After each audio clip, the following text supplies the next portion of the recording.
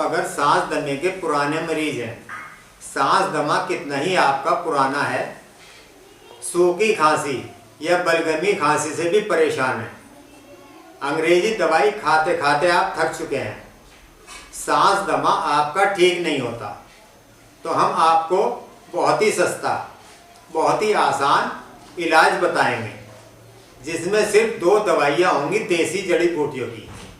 तो क्या है इलाज और क्या है दवाई, दवाई कैसे लेनी है, परहेज क्या क्या करना है, तो जानते हैं आगे वीडियो में। ये पहली दवाई है कुरसहर, हमदर्द कंपनी की। इसमें बंसलोचन, इलायची, काली मिर्च, भिलावा, पोस्त, बेजा मुर्ग ये गोली के रूप में आती है। इसकी MRP है 45 रुपये। इसमें 15 गोली निकलती है। ये 15 दिन चलेंगी आपकी। दूसरी दवा ये है माउल हयात, हमदर्द कंपनी की।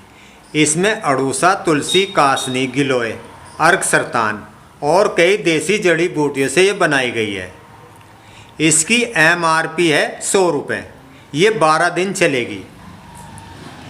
इन दवाइयों का शरीर पर कोई दुष्प्रभाव नहीं होता। ये दवा छाती में जमे बलगम को साफ करती है, बलगम को बनने से रोकती है, सांस की नलियों की सुखड़न को दूर करती है, फेफड़ों की कमजोरी को ठीक करती है, फेफड़ों को स्वस्थ करती है। अगर आपके फेफड़े स्वस्थ होंगे तो आपको सांस दमे की शिकायत नहीं होगी। तो आइए अब जानते हैं इस दवाई को लेने का तरीका।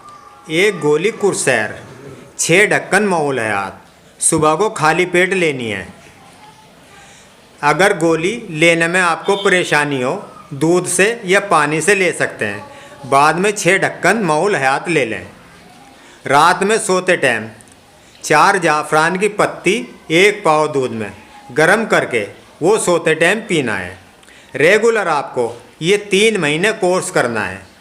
आपका सांस दमा बिल्कुल ठीक होगा और दोबारा सांस या दमा आपको नहीं होगा।